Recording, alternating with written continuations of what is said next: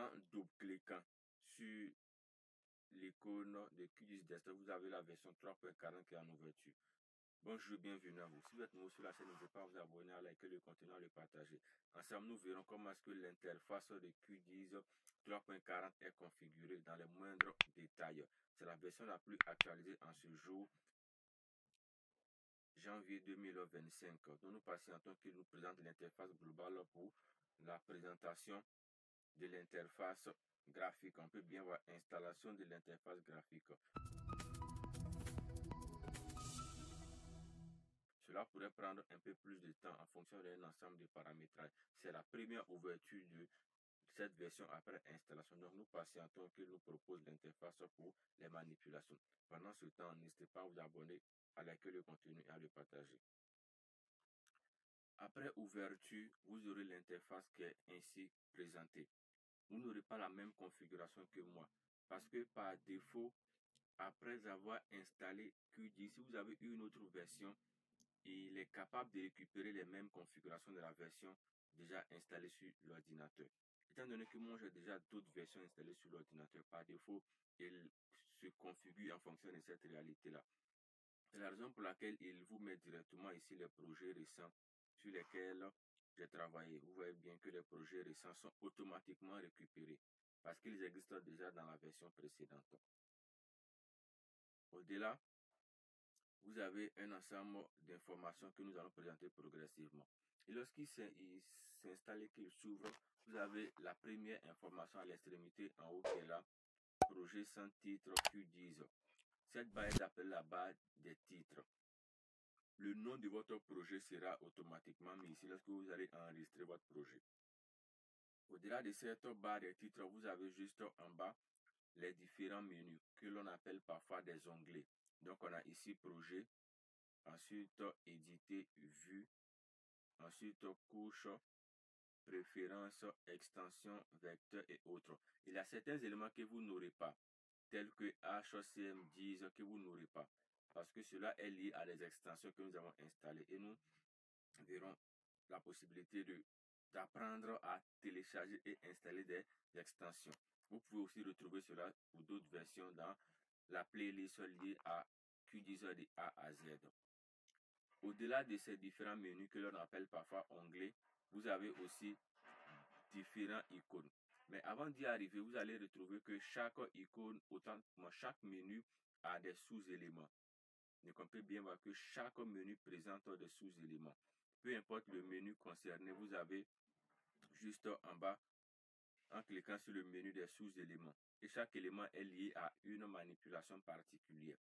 Ces mêmes éléments que vous retrouvez dans les menus sont parfois disponibles au niveau des icônes. Donc c'est parfois les mêmes informations. Si nous prenons le cas de projet, nous avons ici nouveau. Ensuite, un nouveau depuis un modèle ouvrir, ouvrir depuis, ouvrir un projet récent. Et si vous venez au niveau des icônes, ce sont les mêmes informations qui sont listées là. Donc on peut bien voir ici nouveau, on peut bien voir ici ouvrir, on peut bien voir ici enregistrer, on peut bien voir ici nouvelle mise en page, on peut bien voir ici afficher le gestionnaire de mise en page. Et c'est pratiquement les mêmes informations que l'on retrouve à ce niveau. Donc c'est plus ou moins une vue simplifiée des éléments au niveau du menu que nous avons à ce niveau qu'on appelle des icônes. Et au-delà des icônes, nous avons aussi différentes fenêtres qui se présentent à nous. D'abord, l'une des fenêtres les plus importantes, c'est la fenêtre qui est appelée couche. Et à ce niveau sera listé l'ensemble des données sur lesquelles vous travaillerez. Vous avez l'ensemble des couches du projet sur lequel vous travaillez qui seront listées à ce niveau-là. Au-delà du menu couche, il y a le panneau principal de visualisation des données. Donc, toutes les données sur lesquelles vous travaillerez, vous pourrez les visualiser dans ce panneau principal que nous présenterons progressivement. Et à partir de vos exigences, à partir de votre préférence, vous pouvez configurer l'interface par défaut. Vous pourrez déplacer les éléments, les positionner comme vous souhaitez et adopter une ergonomie propre à votre besoin et à votre préférence. Au-delà de cette interface principale ou disons de cette fenêtre principale, il y a des fenêtres que l'on peut intégrer selon notre convenance. Au-delà, vous avez juste en bas l'option pour faire des recherches. On peut bien voir taper pour rechercher. Vous pouvez taper par exemple raster. Vous tapez raster automatiquement. Toutes les fonctions contenant le mot raster ou bien toutes les fonctions liées à un raster dans QGIS seront automatiquement listées. On peut bien voir l'ensemble des fonctions liées à un raster sont listées à ce niveau-là. Qu'il porte ou pas le nom du raster, s'il est lié à un raster, il va automatiquement s'afficher. Donc on peut bien voir. Et c'est le même cas si vous tapez par exemple vecteur. Vous avez aussi toutes les options liées au fichier vectoriel. On peut bien voir. Donc les options de recherche sont quand même très importantes pour vous permettre d'aller plus rapidement dans vos manipulations. Au-delà de cette option de recherche, vous avez ici les coordonnées. Si vous travaillez sur un projet, à chaque position du curseur, vous allez avoir les informations sur la coordonnée à ce niveau-là. Les informations sur ici l'échelle, ici le niveau de zoom, aussi le niveau de rotation, le rendu, et ici on a les informations sur les projections et autres. Donc voici en quelque sorte de façon globale l'interface de QGIS. Maintenant, en termes de personnalisation, je vous montre ici deux options de base. La première option de personnalisation permet ici de faire un clic droit dans le vide là, ou bien dans le vide ici. Peu importe, vous devrez rechercher un espace vide là, comme celui-ci. Vous faites un clic droit. Ayant fait un clic droit dans ce vide là, vous avez ici deux catégories d'outils. D'abord, les panneaux qui concernent les fenêtres que l'on peut voir par-ci et là, et les barres d'outils qui concernent ces différents éléments que l'on peut voir. Donc, au niveau des bases d'outils, ce sont généralement les icônes que vous allez plus retrouver cela.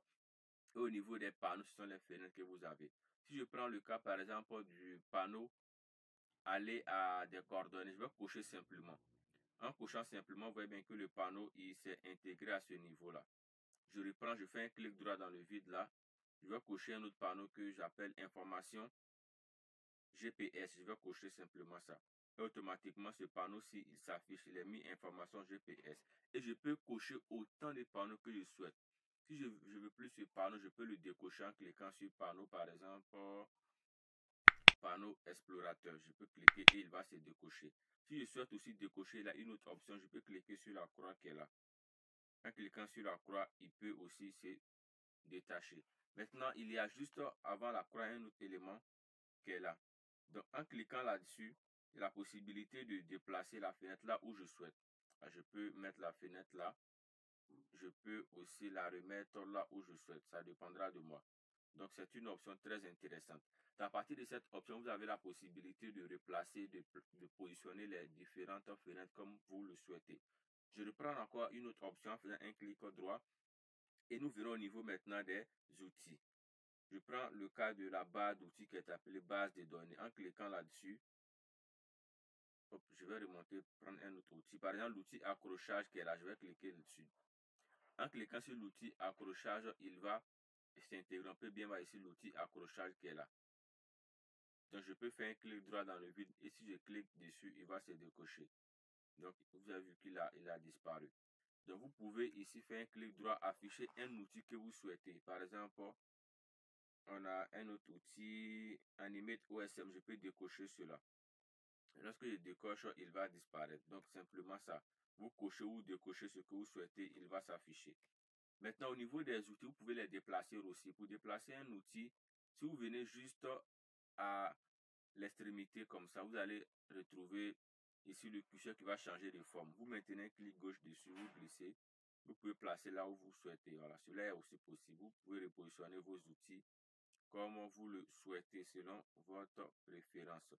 On peut déplacer tous les outils. Je les déplace comme je le souhaite et on peut bien voir ces éléments-là.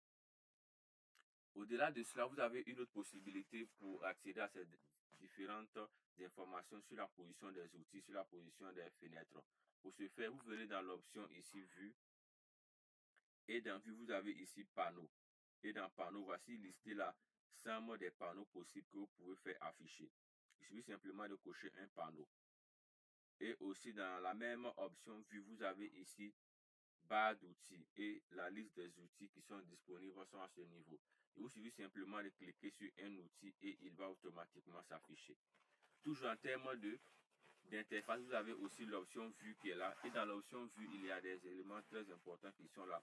Nouvelle vue cartographique, l'option, la possibilité de zoomer, de dézoomer et autres qui sont disponibles à ce niveau. Donc ici, on a l'option décoration qui vous permet plus facilement de mettre des grilles. En cliquant sur grille, vous allez voir, on peut paramétrer des grilles qui vont s'afficher sur notre interface. Vous avez aussi toujours dans l'option vue, dans décoration, barre d'échelle, image, flèche du nord, étiquette de titre, étiquette de copyright, en prise de mise en page. Ce sont les éléments qui sont liés directement à la présentation de l'interface graphique. Donc, chacun est libre de configurer l'interface comme bon lui semble en fonction du projet sur lequel il travaille.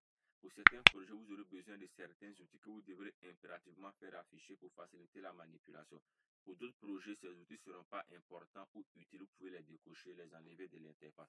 Cela ne gêne aucunement. Et on va ainsi présenter l'interface graphique de façon globale. De façon spécifique, nous verrons l'usage de certains outils, de certaines extensions, de certaines options pour réaliser des cartes ou même faire d'autres manipulations liées à des données vectorielles, des données raster ou même des données tabulaires. Si vous êtes nouveau, n'hésitez pas à vous abonner, à liker le contenu et rendez-vous dans le prochain tutoriel. À très bientôt.